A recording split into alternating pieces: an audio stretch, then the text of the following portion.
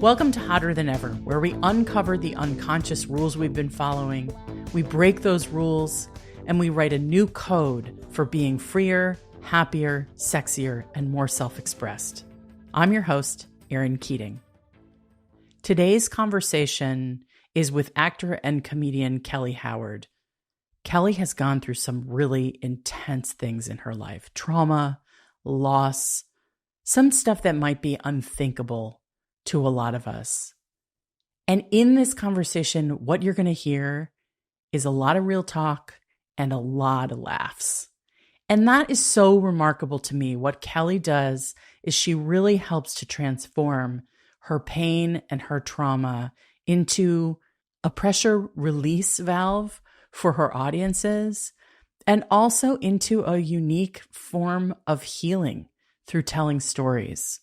This conversation really celebrates the human ability to live through hard things and recover from hard things and even laugh about our hardships. Here's my conversation with Kellye. Kellye Howard is an Air Force veteran turned stand-up comedian, actress, writer, and speaker. She can be seen on the Starz series Power Book 4 Force, and her stand-up comedy has been featured pretty much everywhere, from Comedy Central to TBS to NBC. She hosts a podcast called Be Less Petty, great title, which she co-hosts with a licensed therapist. She also writes and performs one-woman shows, and her most recent show, Crazy or Nah, had a sold-out run at the famous Steppenwolf Theater in Chicago, and it's all about mental illness, trauma, grief, resilience, healing. I'm so excited to talk about all these things today. Welcome to Hotter Than Ever, Kellye. Thank you. Oh my God, that was such an amazing introduction. Thank you so much. Kellye, it seems like you've lived a lot of different lives. It do feel like that, especially when someone reads my bio. I'm like, right. Oh, I was in the Air Force. Oh, I forgot about that. I should be using discounts. Note to self. And it also seems like you've been through a lot of really intense stuff, but you somehow always find a way to sort of laugh and make others laugh through it. And maybe not always laugh, but feel and communicate what you've been through in a way that helps facilitate other people's healing and maybe your own. Can you tell us a little bit about your personal story, and then we can dig into the ways that you've worked to heal yourself and heal others through your work? So for starts, when I graduated high school, I didn't really know exactly what I wanted to do. I knew I wanted to be an actress, but this kind of comedy, this stand-up comedy thing kind of just tripped into my lap accidentally.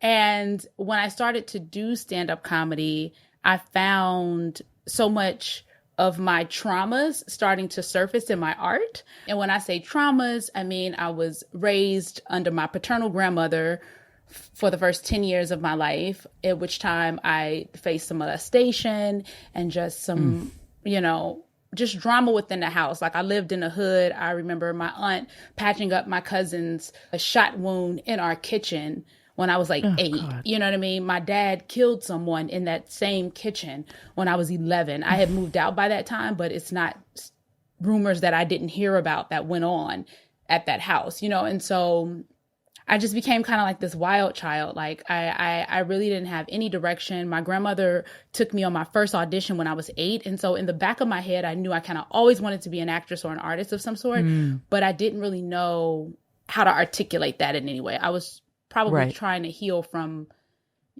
that house. I always call it that house, right? Because that house was a lot. I was the youngest. It was like 15 to 17 people in that house at any given time. Whoa. Yeah. And it was a 4-bedroom house, uncles, cousins, aunts, friends of cousins, baby mamas. Like, it was a ton of people. And I was the youngest. I was the baby. Yeah. And so I saw a lot. I was like a fly on the wall in a lot of it. And then sometimes I was part of the shenanigans that was going on within it.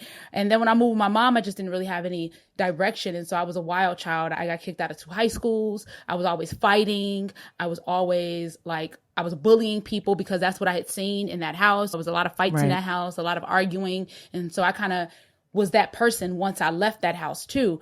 And I had a child when I was 16 who ended up dying 2 months later. Just a lot of traumas that I was trying to deal with, but not knowing that that's what they were. You know what I mean? Because I had not seen anyone else that was not going through similar things around me. So to me, it felt very normal. Right. That's just life. And it's just giving life. It the language of trauma came later. Came way later, like therapy later. You know what I mean? Like a therapist was like, no, none of that's normal. And I'm like, really? Could have fooled me. Looked normal to me. It wasn't really until I started doing stand-up, though, that I realized I had a voice that I didn't know how to use.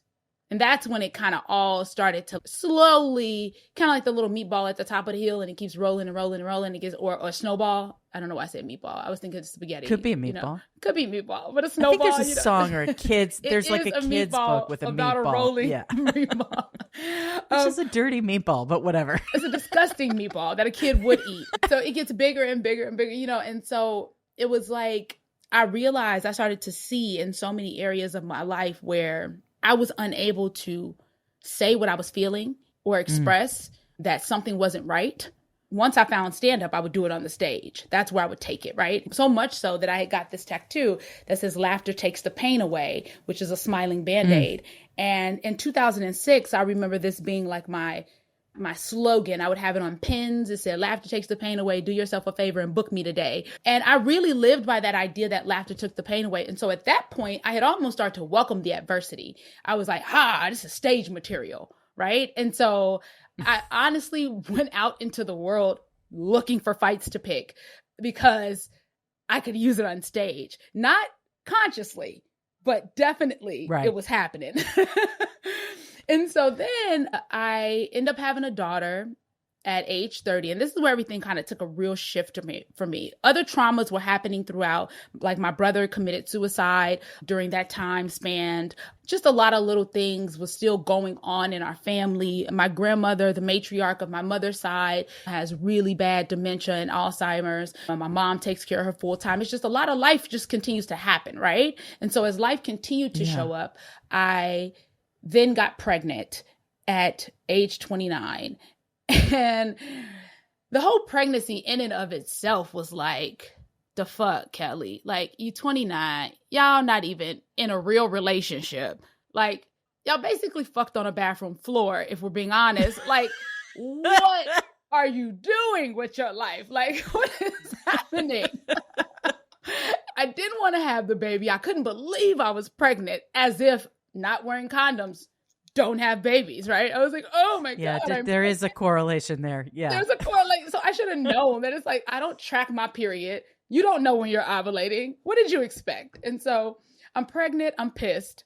And I tell him, I don't want to have this baby. I'm like, look, I don't want to do this. I had finally gotten on Comedy Central. I had been doing stand-up for 4 years. And I was like really starting to make waves, if you will, in the stand-up world. And I had done Comedy Central and I was excited about like where my career was going. And then I found out I was pregnant and I was like, yo, bro, I don't want to do this. I already have a baby. I can't take on another one. I'm trying to focus on my career. And he was like, how dare you? So you had a child in between the child that you lost and the second time you got pregnant? Oh, yeah. It's so interesting that you say that because everybody is so hyper-focused within my story on like the losses I've had. I tend to just cross right over that kid that made it. You know what I mean? I tend to just cross right over her. Like, yeah. And then one came out and was good. And then. Oh my God. Isn't so that bad. A metaphor though for like how we focus on the negative in our lives? Oh my God, isn't it? Yeah, because the hard things, the traumas, the injuries, the pain, that stuff is so heavy and big and dramatic and looms so large. And then it's like, oh yeah, and then I had a beautiful child. Like forget about that. It's just amazing. That's healthy and smart. I think we all do 23 right now and doing so well in her life, but she kind of don't exist really because that's not who we're talking. Because she's okay. She's fine. She has to create her own existence. Okay. Does she show up in your stand-up? Oh, absolutely. Because she's so type A. She's everything I would have been had I had a healthy life. Oh, wow. Yeah. Like I used to say that about my daughter, and then I decided to get divorced and everything got all fucked up. I'm like, oh, she's more like me than I thought. But truthfully, though, I have two sayings about her. She's everything I would have been had I had two healthy, loving, I don't want to call them not loving. That was their version of love, but two healthy parents in a communicative way. But also, the best thing I could have done for her was neglect her. Like, that's the best thing I could have done for her because she's so creative. Like, she's the most creative person. She figures shit out. You know what I mean? She'd be like, well, I don't know what to do, but I'm going to figure it out. And I'd be like, that's my child. Yes, but to reframe that, she also saw a mom who was finding her voice and going for her dreams and all these things in those years that you skipped over. Sure. In the words of my therapist, sure. The words I am of a me. completely unlicensed therapist. Yeah, so I did have a child in between that. I was 16 when I had my son, Deontay, that passed away at 2 months. And then I was 19 when I had Faith, the daughter that is living and well. In fact, Faith is the trigger that led me to the military because I was like, oh, I don't know what I'm going to do now. I have a kid, so I can't just be out here trying to figure out how to be an actress or trying to chase these random whimsical dreams that I think I have. I need to really hone in and raise this kid. And so I joined the Air Force Reserves. And when I got back, I started at Columbia, which was very helpful because the GI Bill helped me pay for a lot of that. That's right. And yeah, and then I just went to Columbia and started doing acting. And while I was at Columbia is actually when I was working at Foot Locker and the Department of Homeland Security at the time. And while at Foot Locker, a promoter was in the store and I had just got through roasting some customers that had just left the front of the store and was speaking perfectly. I'm talking crisp. You know what I mean? Crisp English, right? And just like, yo, I'm running over here real quick. You going over there? Oh, for sure. I'll meet you upstairs. I'm talking perfect. And so, of course, I went ham, right? I'm just roasting them. That's also hilarious. Why were they pretending not to speak English? Because they didn't want to be helped. I got that a lot. When people don't want to buy stuff, they just want to look around. I'm in Foot Locker. People just want to look around and they don't want to be helped. So they say, oh, no speak no English, right? And that'll shut me up because now I can't speak English with you. So what I started doing though, is I found out how to say, may I help you? And then I started saying that. And then that's when it was like, no. And then they just walk out. Like, oh, we can't lie to her. Oh my God. So there was a promoter who heard you do your roast. So the promoter overheard me roasting these guys. And he was like, yo, you are hilarious. He's like, have you ever tried stand-up comedy? And I was like, no. I was like, I'm the funny friend. Like, I'm the one people bring if they want a good time. But nah, I don't do stand-up. And then he was like, have you ever thought about it? Do you want to try? And I was like, no, I ain't never thought about it. He was like, well, I'll give you 5 minutes. Will you take it? And I was like, yeah, sure. And so went back to my other job at the Department of Homeland Security and was trying to figure out my stage name. I was talking to my buddies, right? And I was like, yo, I got this opportunity to do stand-up. What my stage name gonna be? And this guy was like, your ass looks like a grapefruit. You should call yourself Grapefruit. And because I was very insecure at the time, I was like, sure. And so that was my first stage name, Grapefruit. Oh my God, Kellye. Yes, I know. And then I did stand up my first 5 minutes. People from both jobs came out and supported me. I did relatively good. I mean, people laughed. I enjoyed myself. I guess that was good. And I really didn't even know what to talk about. I was just up there talking about like older people trying to step in clubs where they twerking, essentially. That's basically in 2006 or 2004's version of twerk, whatever word we were using back then. Right. So that's what I talked about. 2 weeks later, Damon Williams, the promoter of that show, asked me to do another show. And he was paying $30. And that was unheard of for comedians to get paid.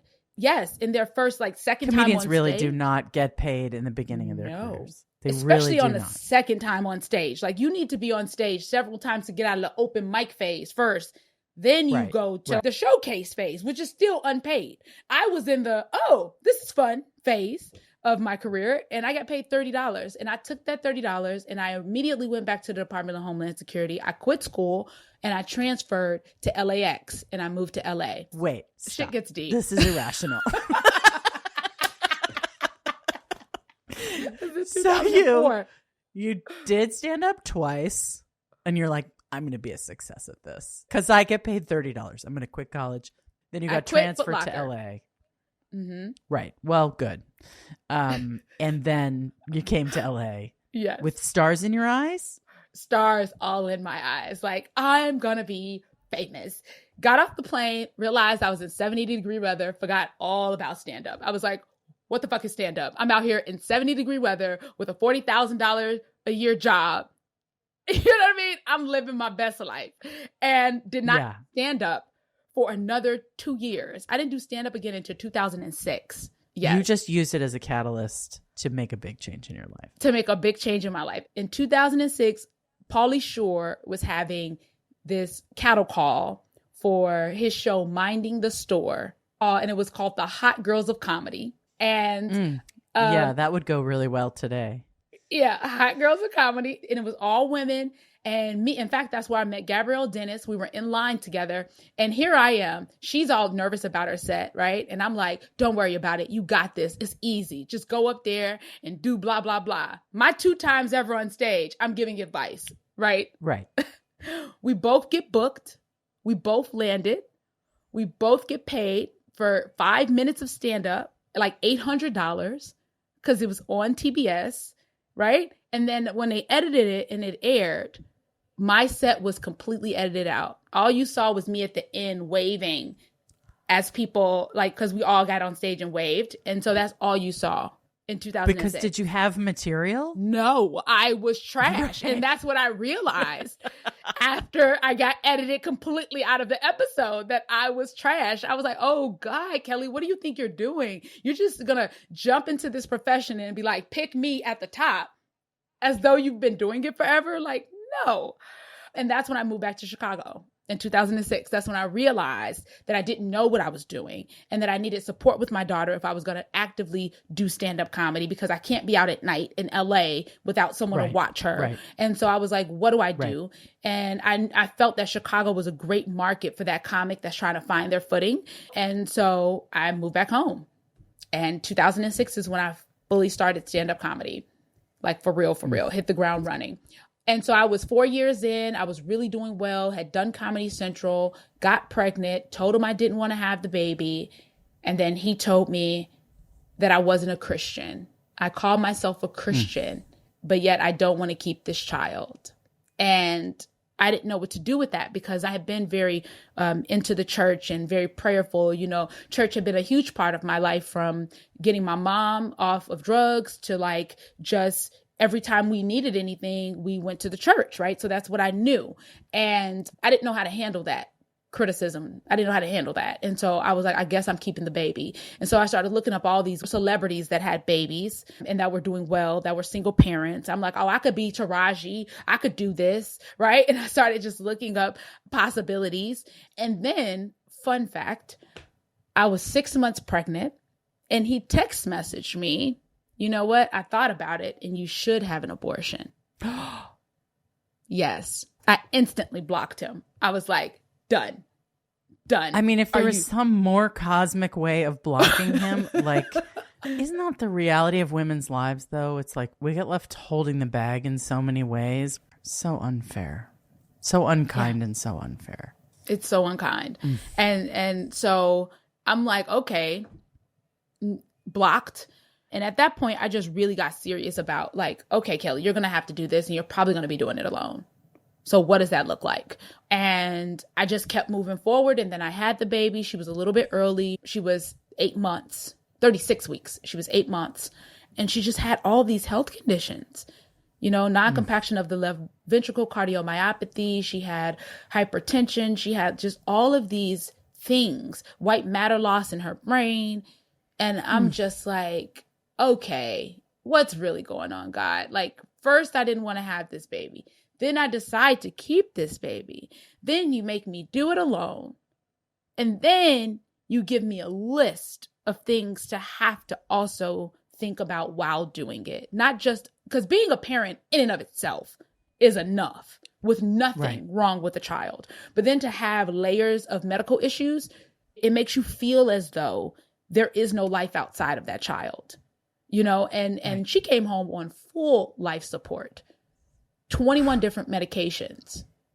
And home nursing, as much as we would want them to be, you know, as good as nursing in the hospital, they're just not. I mean, I remember letting a nurse leave early. And she said, okay, I laid out her medicines for you. And I was like, great, thank you. And I always check before I put anything in my daughter's syringe. And so I checked the medicine count.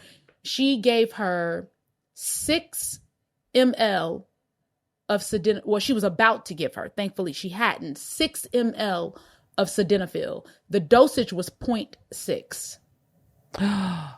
Oh, so the person that was supposed to support you was undermining you and didn't care. So here I am trying to be in school, trying to like still get some normalcy in my life. And then I have this child with full life support at home and my other child. It's just all these layers. And then you don't have, like you said, the support of the people that are getting paid to support you. And you're still nursing this dream of being a stand-up. Of being a stand-up comic.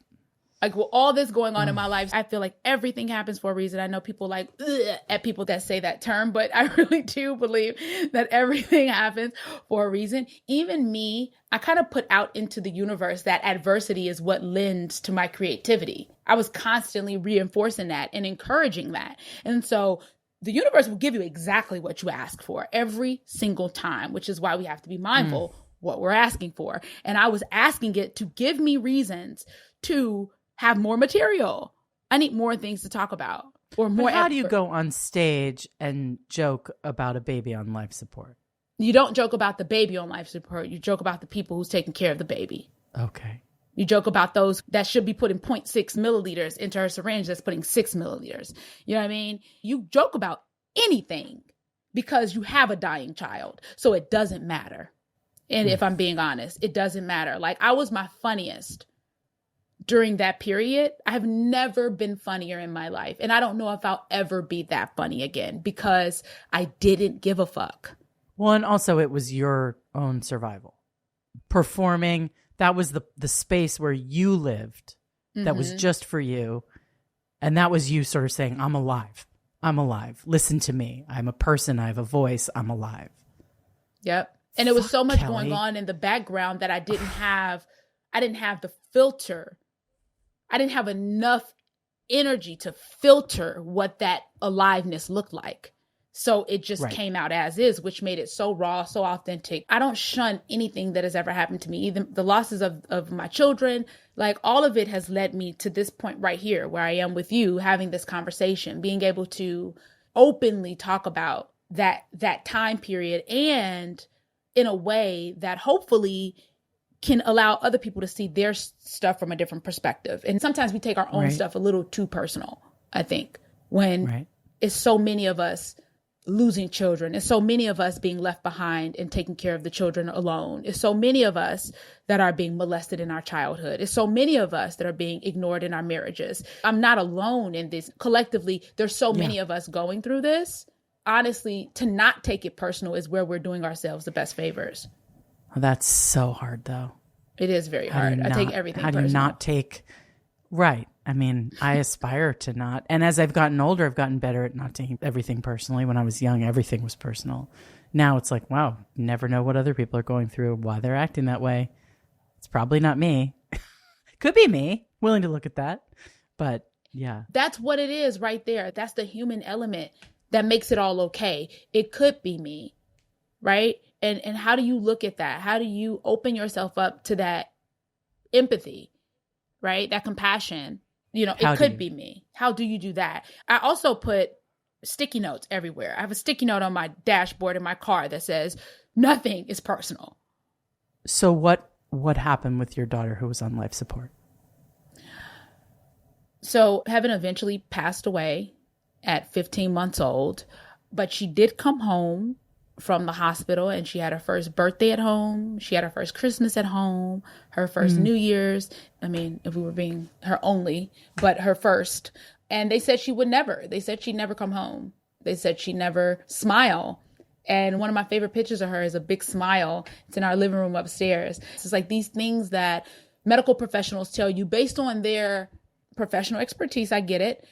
But there's so much wonder out here in the world. There's so much, but what if? And I kind of live in that space of what if. And so, they said she died, she wouldn't make it to past 3 months, and she lived to 15 months, so I never really gave up on Heaven. It was hard for me to take her off life support, But what I think had happened, and I think this is very important. So I'm going to take my time when I say this. I had reached my capacity in handling her care in a healthy way. Mm-hmm. And I felt that. And I was surrounded by babies that you could see the amount of strength or power it took for these mothers to continue on. You can see it in them. You can see the child's health ultimately killing the parent. And I don't want to say that that's all I saw at that hospital, but I did see that a lot. And that scared me. It's not something that anyone ever talks about. No. And I also thought about, like, what do I do? Heaven was there for the first 10 months of her life. So I stayed at the Ronald McDonald House in Indianapolis, 300 miles from Chicago, with her for 10 months, for the first 10 months of her life. So there was no way in hell I thought that I would be in a hospital for an additional 10 months with her. But I was. You start thinking about things like, what happens if this baby never finds their own footing, right? What happens if they never get healthy enough to do it on their own? What happens if something happens to me? And there's just a lot of questions that doesn't get talked about that are asked constantly in a parent's mind that's going through that.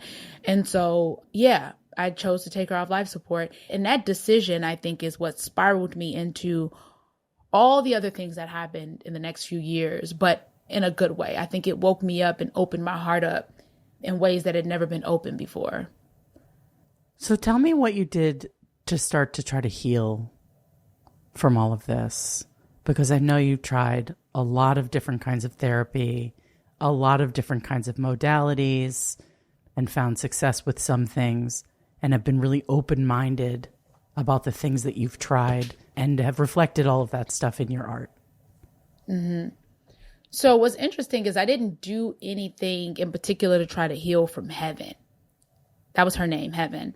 And my other daughter, Faith, was her name. I named Heaven because I figured that would be an easy way to get people to babysit both my kids, because you need a little bit of faith to get to heaven. You know what I'm saying? Oh my God. That was my thought process behind that. I mean, very savvy, very savvy. I was trying to get two babysitters under my wing here. So with Heaven, I think that I never really tried to heal with her. I honestly had it's weird to say this, but I had believed so much that she would live. Like I had so much faith. I had so much faith, literally and figuratively, because I was like, there's no way God would take another child from me. And so then when she died, I was in shock.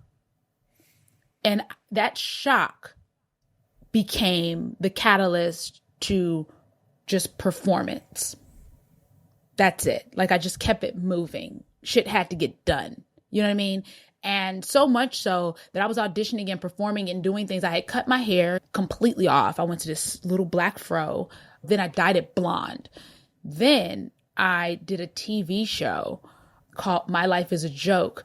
And it was talking about how the pains of trauma or hardship turns up in our stand-up, in our material, and how we joke about life. And her equipment was still in the background of this shot. Like I hadn't even turned in like all of her stuff yet. And that's how soon it was, like after her death, that I was just like, keep it moving. And then that very next year, I got married and I just kept it moving. And when I got married is when all of the healing things started to surface, because I had health insurance.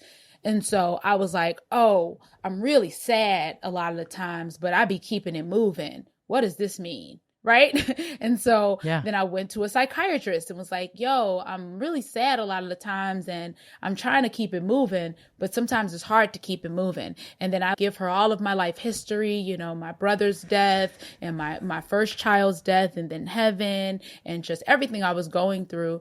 And she diagnosed me with bipolar mania. And at that point, that was even shocking because I'm like, what? I just gave you a list of things that I'm going through. There has to be something else in there that matches me more than bipolar mania. My shock with that diagnosis is because when I was a child, my cousin's baby mama was diagnosed with bipolar mania. And I remember the entire house calling her crazy. The entire house. I knew that bitch was crazy. I knew she was crazy too, girl. And so that's all that came to my mind when I heard those words was crazy. You know, and so I had that kind of emotion carried with me for the next 6 months of I'm crazy. What do I do about being crazy? Every interaction. I mean, somebody could run over my toe with a tractor and me snapping out is crazy. Right? Like that's how it had gotten so intense when I could do nothing without thinking I was crazy. Now, mind you, the hits keep coming, Kellye. Heaven passed away in February of 2012. Okay. I got diagnosed with bipolar mania in August of 2013. I was diagnosed with multiple sclerosis in February of 2014. So yeah. So bam, bam, bam. How the healing journey came about is after those diagnoses, I was trying to figure out a way, one, to manage the crazy, and two, handle the potential immobility that could come with having multiple sclerosis. I was terrified that I will lose mobility. So I started to look into what helps with multiple sclerosis and inflammation and things. And stress was a huge thing that causes inflammation is stress levels. And I was like, oh, okay. So how do I manage my stress levels? And then that's when I started to meditate. So I downloaded the Calm app. And then I started to meditate on my own, and I would do like 2 minutes and 5 minutes. And I slowly built up to like 10, 15, 20. And then I just got curious about a lot of other things like therapy. I started to see therapists, and that's when I realized that not every therapist is the therapist for you. And it's okay to switch therapists if it's not working. And so I went through a bunch of therapists trying to find a therapist that I felt could understand me. And sadly, you know, representation was not a big thing 10 years ago in that space. Right. And I had a lot of white therapists because I couldn't find a Black therapist. And if I did find a Black therapist, it was more like, oh my God, girl, he did what? And it's like, bitch, I can't have this conversation with you. So it was just constantly trying to like finagle that space of like people that don't understand me at all and that people that understands me a little too much. So I started trying different types of therapy, from hypnotherapy to a Mexican witch, a bruja, right? She cracked brown eggs all over my skin and face. It was wild. And then she put them in a jar and I had to pour bleach in it and like take it way away from my house to disperse the energy. Like, did it work? I guess. I'm here, right? You know, here's the thing. I think it's all cumulative, right? I think it all builds up. It all lends to who you become inevitably until you die, right? I'm going to be trying new things and different modalities until I die. And you tried ayahuasca too. I've done ayahuasca twice and I can't wait to do it again. I want to do it in Peru. What makes you so open-minded about trying all these different modalities? Because I feel like people get locked into this is going to work for me and this isn't going to work for me. Childhood neglect. I'm super creative. I'm willing to try anything. I'm very curious. I'll try anything once. I know we've all heard that before, right? But how many people actually live by that? I'll try anything once kind of person, except beef and pork, because I don't eat beef or pork. But I'll try anything else once. Well, not scorpions. I'm going to Thailand next month and I'm not eating scorpions. I've already put that off my list. But I will try anything else once. And that's what lends to my searching for lasting joy in a multitude of different ways, because that's what I'm looking for. I'm looking for lasting joy, not happiness. Happiness is fleeting. Like that comes and goes based on the condition, the weather, whether or not your mate got an attitude, right? All of that can be wavering. But how does joy sit with you? Can I be joyful and know that everything is always working out for me? I am okay. I trust my intuition. Can I feel that on a deep level and still be angry at my husband right now? Or do I feel like less than? Do I feel like not enough because I'm upset? And that's really what my underlying goal for everything I do is, to create that lasting joy. And I want to infuse that out to other people and help them create that for them too. And it looks different for everyone. And I think that's what I'm really starting to embrace in my 40s, is that it does look different for me than it looks for my husband. I'm trying, but I also have a very bullyish mentality just because of how that household I was raised in. I can go from 0 to 100 real quick. And so I have to always be mindful of that. And when I skimp out on doing my daily work, whether it's my meditation or my writing or my yoga or whatever things is that I put in place to keep me at bay, when I start to slack on those things is when I notice it's harder. I'm less kind. I'm more willing to cut somebody off and honk my horn and flick them off and call them all kinds of names because I didn't do my work today. So you fell in love and got married in the middle of all of this craziness. And you talk about your husband a lot on stage. So God bless him for he does being not game. He does not deserve it. It's my love language. I met him. I talked about him in the audience. He came up to me after the show and was like, "Oh my God, thank you so much for talking about me." Instantly, I knew we were supposed to be married. If I can have this at home as a lab, I can just talk about this all day and he enjoys it. Like, that's a comedian's dream. So this guy came up to you after a show. You're pregnant. You're on stage. You're hilarious. You're making fun of him on stage. Him and the girl he was with. Yep. And him and the girl he was with. And you said to yourself, we're meant to be married.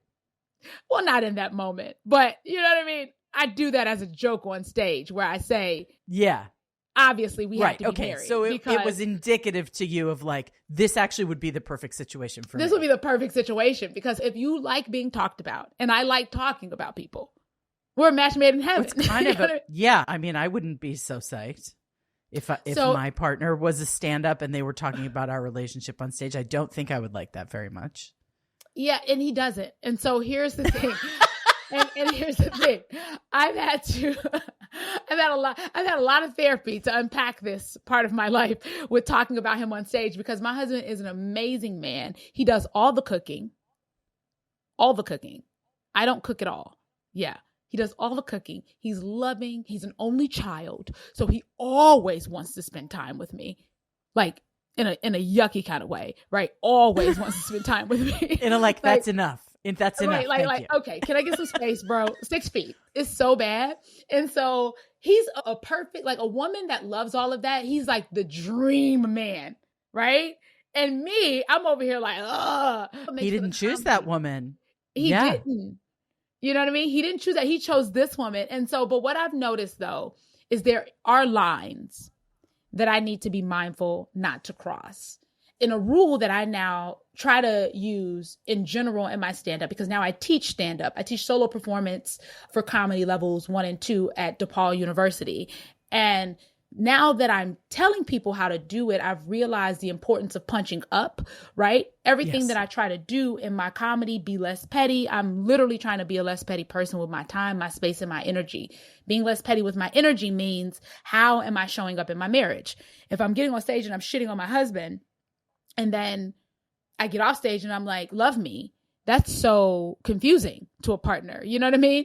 And so I've had to really get clear about who my stage persona is and making sure that even within that persona, I am being mindful to punch up in the people that I'm talking to. And if I'm going to punch down, make sure that it's within myself. And if it's within myself, making sure that I have worked through that with my therapist so that I'm not self-deprecating. So there's so many layers here when you're talking about healthy stand-up comedy, which is not something I think too many comedians actually think about because comedy is very petty. Well, you want to have a happy marriage, right? You want to have a loving relationship and you're willing to work at that, but you also want to have a career where you're fully self-expressed. How do those things sort of mesh together without you being hurtful? Like, that's a tightrope walk. That's a tightrope walk. It is so tight. And sometimes I just have to realize that, like, for one, he does understand that it's my love language, right? That, you know, I don't mean any harm, you know, when I get on stage and I say these things. The only bad part about that is we're in a culture where I could not mean any harm, but the public can take it and turn it around and make it harmful for my husband. Give an example of that. So like I have a joke where I say my husband is always saying I'm looking down on him, right? And it's not intentional. I mean, he's 5'5", I'm 5'7". Like, that's just how height works. You know what I mean? And so it's funny because it's true, but it's also like talking about his height, and he's Asian. And so the fact that he's Asian and then I'm making fun of his height, people can get really finicky about certain things when it comes to that. And I don't want anybody trying to attack him, though he's very confident in his skin, which makes us work. That's truly what makes us work, is that I have a husband that is just as creatively curious as I am. And that means he's willing to explore things and be open-minded to a multitude of perspectives. And so that's how he thinks very objectively in a lot of ways, you know, which makes us work, because he knows that objectively, I'm not trying to hurt you.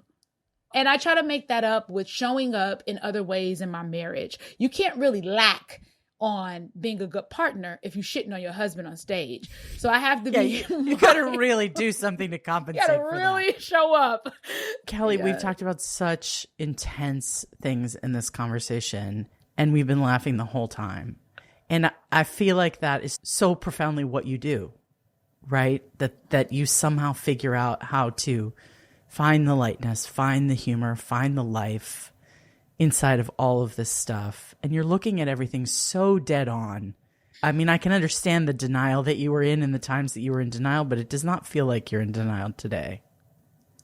It really does. Yeah, I've slowly started to creep out of the denial space. It's actually not that fun there once you realize. You'd be like, oh, that's a terrible place to actually sit in.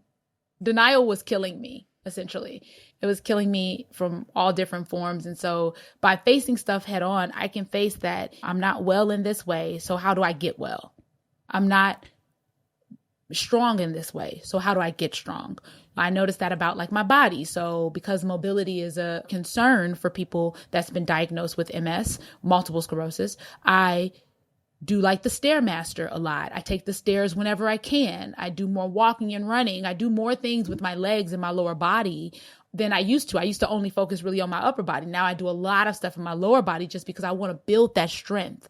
You know, I started to look for preventative ways to care for myself, because if I don't face it head on, it will eventually take over me. If I just stay relaxed in my habits, because we all have these habits from when we were kids that are literally running our adult lives. You know what I mean? And it's like, those habits are not the healthiest habits to keep us living a long, healthy, fruitful, connected life. They actually disconnect us and make us feel small and less than. And so how do we revisit those habits and question whether or not they're for us?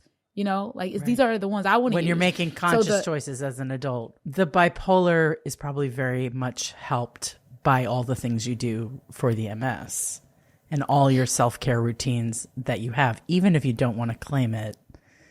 I have bipolar tendencies for sure, right? I definitely got some yay in me all day. In fact, my name is spelled Kellye. So like Kanye, but Kellye. Clearly related. So it's in there, right? We both from Chicago, right?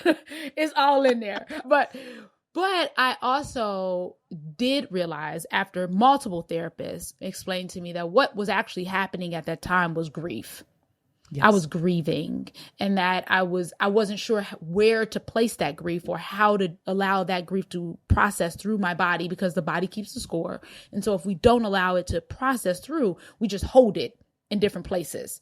And so after realizing that, this is about processing what's happening with all of my grief, it was amazing for me to go through therapy and hear that grief is what I was really struggling with. And that's essentially what my one woman show is about, Crazy or Not, is about untangling the grief. It's about introspection of the lasting effects of both childhood and early adulthood trauma. How does that show up? And I do that using storytelling, stand-up comedy, and poetry. How do we make this creative and look at this shit for what it is? When are you going to be touring that show? So we are in conversations with a theater in New York right now. And hopefully that will be later this year. Hopefully the Hotter Than Ever audience will show up and come and experience you firsthand. So grateful to have you here today, Kellye. I love this conversation. I'm so blown away by your journey, and I'm looking forward to seeing you on stage. Yes. Thank you, Erin, for having me. Thank you so much. Thank you for listening to Hotter Than Ever. I want to hear from you. I want to know, how you've overcome the hardest things in your life. When have you been able to turn pain into joy and laughter? Please DM us on social media and share your reaction to this episode or any other episode. Share your own story at Hotter Than Ever Pod on Instagram, Facebook, and every social media platform you can think of. We may even share your message on the show. Hotter Than Ever is produced by Erica Gerard and Podkit Productions. Our associate producer is Lena Reebstein. Music is by Chris Keating with vocals by Isa Fernandez. Come back next week and we'll get right back into it. Have a glorious week, Hottie.